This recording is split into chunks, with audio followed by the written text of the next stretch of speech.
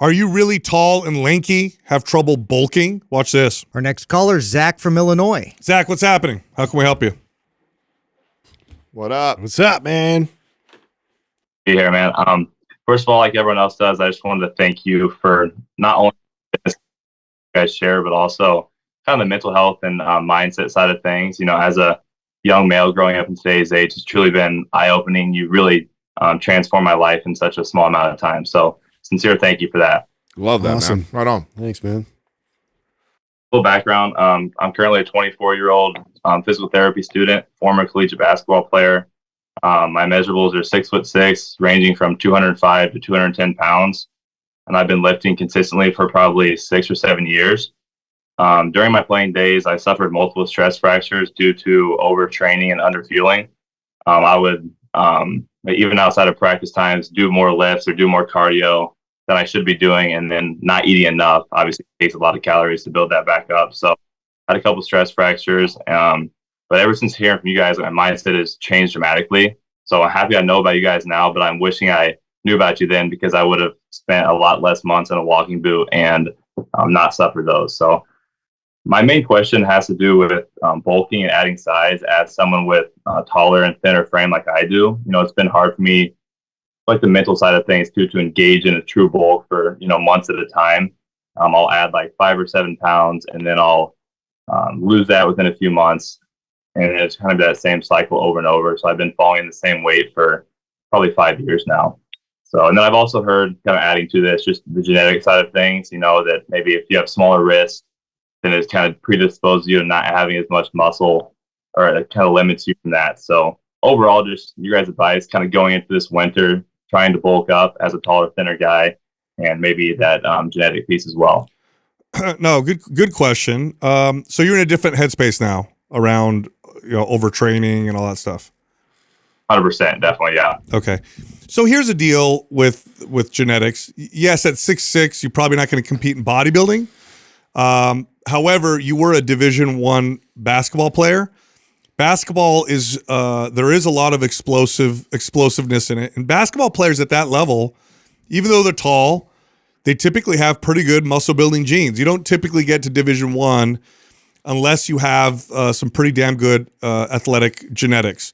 So you've got the potential for sure, but you're probably going to have to track and be very consistent with your bulk and not overtrain in the gym. I think a 3-day-a-week full body lifting routine with a nice 500 to 700 calorie above surplus bulk, and watch your strength gains go up and watch yourself pack on some muscle. At 205, 6'6", at your age, knowing your history, I think you could gain probably 10 to 15 pounds of lean body mass within a relatively reasonable amount of time. And that's a decent amount of lean body mass. Easy. And I think you're also heading into, for a tall, skinny, lanky guy, not so skinny anymore, but I used to be that tall, lanky guy. This is the age where it gets easier for you. Like, it starts right now. Like, it'll get from 26, 27, 28, 30, like, your lifestyle will probably be less and less active as you're getting there. Not saying that because I still did a lot of things active, but not like it was when I was 22. When I was 22, I was playing basketball every single day, lifting every single day, wakeboarding, snowboarding, doing everything. I mean, it was like nonstop. So you'll see that will work to your advantage as you start to get to, later 20s and early 30s for packing. And that is advantageous for being able to pack on muscle. Normally, one of the hardest things to do, if you've got the training, you've listened to us long enough that you've figured out, like, okay, I was probably overtraining before, say you're following like a MAPS anabolic program, you're set on that. Like, that's the perfect program for someone like you to be following. The hardest part is the diet part, which is, I was a notorious meal skipper. I was notorious for not being hungry in the morning and wanting to eat like a big breakfast, or I'd eat a big meal and then I want to eat for like 6 hours. Or maybe I would for a week. And then if I just wasn't thinking about it or measuring and weighing it, I would naturally go back the other direction because I just wasn't a huge eater. And so probably the thing that is going to be one of the biggest hacks for you is figuring out what is your thing, right? Are you a breakfast skipper? Are you not a big lunch eater? Like, what is it about you? And then finding little hacks. I saw that I've shared on the podcast. I'm sure you've heard me talk about, like, a big hack for me was making a double or triple size dinner, carrying that over for breakfast in the morning, and then literally like cracking 3 or 4 eggs on top of that like meat, potato, scrambled thing. And now I'm eating like a 900 calorie, 50 gram protein breakfast. Like that was clutch for me to put size on, because otherwise I was easily the guy who could just eat some oatmeal or nothing. And then it's noon and I'm already trying to play catch up on calories. So, you know, how is eating to bulk been for you, and where do you struggle, if you struggle anywhere? Yeah, do you track? Do you have an idea what you eat on a regular basis? Yeah, I used to track more regularly. Right now, I pretty much eat the same things every day, just like listening to you guys. And I'm not that, ground beef, rice, and eggs and vegetables, chicken thighs, being pretty consistent with that. But I think maybe adding those snacks in is kind of where I get those 3 meals, but then it's hard to get, 3,500 calories. Yeah. Kind of that's where, when I've tracked these days, it's probably around 3,000, 3,500 calories of where I'm at right now. So, like 4 meals of doing that seems to be quite a bit, but it's something I'm better at. And the last few weeks, I've actually gained 3 or 4 pounds. So it's definitely improving for sure. I mean, that's it, bro. Yeah. That's for big guys, like that's 3,000, 3,500 calories is low for us. Yeah. I mean, that's low. So when I was up to 240, I'm eating 5,000 calories. So obviously that's a big jump from where you're at now. But just imagine like the road to put on that kind of size is going to be through eating more food consistently and good choices, right? Yeah, Hitting your protein intake. If you know what you're eating every day and it's the same thing, you add an extra meal. Mm-hmm. Literally just add an extra meal. I would follow MAPS Anabolic and get strong, and you'll see the gains. Now remind me again. So in terms of like your playing basketball, your activity levels, are you tracking steps? Like what does that look like for you now that you're not at that high volume you were before? Obviously, back then it was insane. Yeah. I think I burnt out with basketball. I've got the grown man game of pickleball is my new thing. So I play pickleball right now. Do some running, but in terms of anywhere from 10 to 20,000 steps a day. Yeah. Living in Chicago, Okay. a lot of. But yeah, I'm definitely trying to maintain at least 10,000 steps a day and be active at least every day. Mm-hmm. But like, I would never take any days off. And after listening to you guys, like at least one day a week, doing more recovery mode, more mobility stuff. So that's changed the game too. Yeah, I think. Okay. Do you have MAPS Anabolic? Because I think that would be the program that for you. would be perfect. On my Black Friday list. Well, we got you. Well, we got you it covered early, now. dude. Yeah. Santa came early. Yeah, And we'll give it to you. We'll give it MAPS Anabolic. Follow that program. Add an extra meal. Make sure you get good sleep, and you'll be good. I would add an extra meal every day consistently, to Sal's point. And then I would also, when you have those days where you decide to play pickleball or do something that's kind of outside the normal extra activity, make sure you have like a high calorie sugar drink before or right Bump it after. up a bit, yeah. Think of that like that is an extra thing, and so you need to eat a meal or a shake Just or to cover it. to cover that. So that that's not pushing you back the other direction. So that'll help. The last part of your question you asked about, because you're going to be a physical therapist, if we had any advice. Yeah, just quick. I didn't add this too, like a personal trainer right now. I do some online coaching and stuff, and kind of have that entrepreneurial mindset.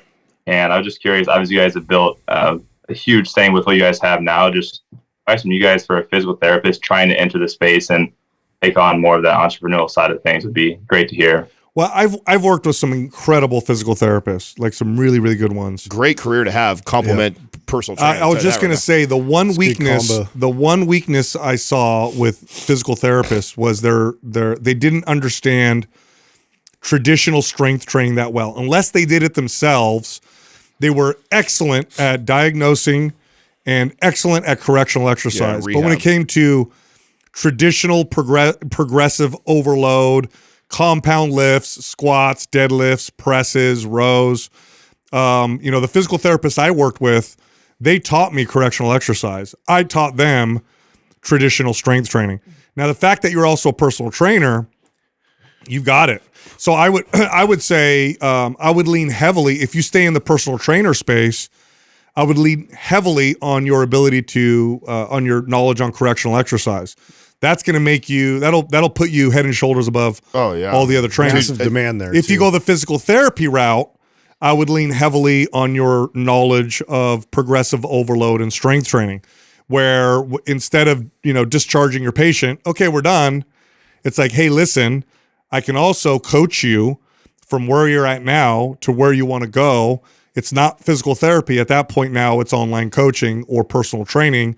I also offer those services because now that we've got your function back, you want to get stronger, you want to get more fit, I can do that for you as well. So those are the two avenues I would look.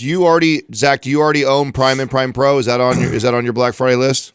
It better be. No, but it is. Yeah. Okay. It better fucking be on your list there. That's okay. That is literally us bridging the gap between physical therapy and personal training. I mean, that's one of the things I think all of us are most proud of, is because there is a huge need for what exactly Sal is saying, this ability to rehab somebody at the DPT level, and then how do you take that same person and progress them to their fitness goals? Because a lot of times DPTs, they do all that work, they get them back healthy, and then it's like, okay, go figure it out on your own. And we really felt there hasn't been anybody that's really done a good job of bridging that gap. That program represents that.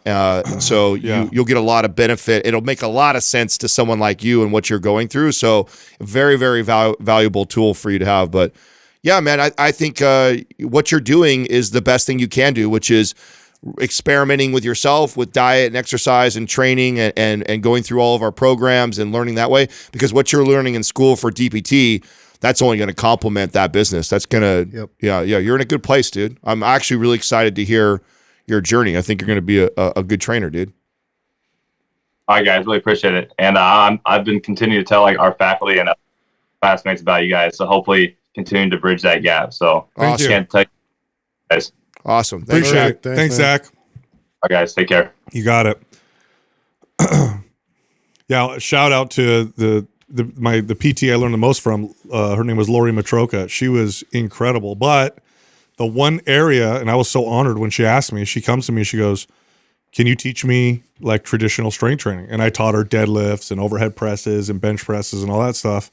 But the correctional exercise side was, so you bridge those two, your value goes through the roof. Whether you're a trainer or a physical therapist, each space could use the other so much. It's I can't express it enough. Yeah, so you don't just throw them out to the wolves. They have a plan that they can continue. That'd be perfect. It's crazy how closely related our fields are, yet how far apart It's so we are. crazy. Yeah. You remember Melissa Wolf? Yeah. She's now a doctor, right? She went through her DPT, right? Yeah. And I remember talking to her through the process, and she's like, you'd be blown away, Adam, by how foreign traditional strength That's training what I'm is saying. to these and she's like, they're brilliant. They're as far as corrective exercise. She goes, Yeah. but I'm blowing their. Physiology and everything. She was telling me she was blowing their mind with the stuff that we were doing for her it's bodybuilding crazy. show.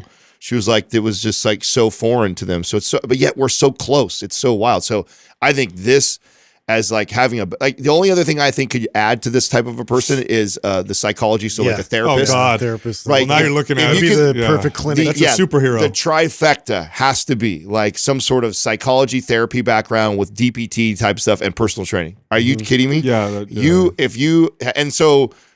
I guess we didn't tell him this. He'll hear this now. I would get into reading about behavioral psychology and Therapy and around dysfunctional eating. Yes, if substance abuse. all you that want to stuff. make yourself unstoppable in this field. Or connect with people who do those things very well, Right. which is what I did. Yes, that's what I would connect do. with them, learn from them, or read in that direction. It will. To me, those three things as a trainer, you could tackle almost anything.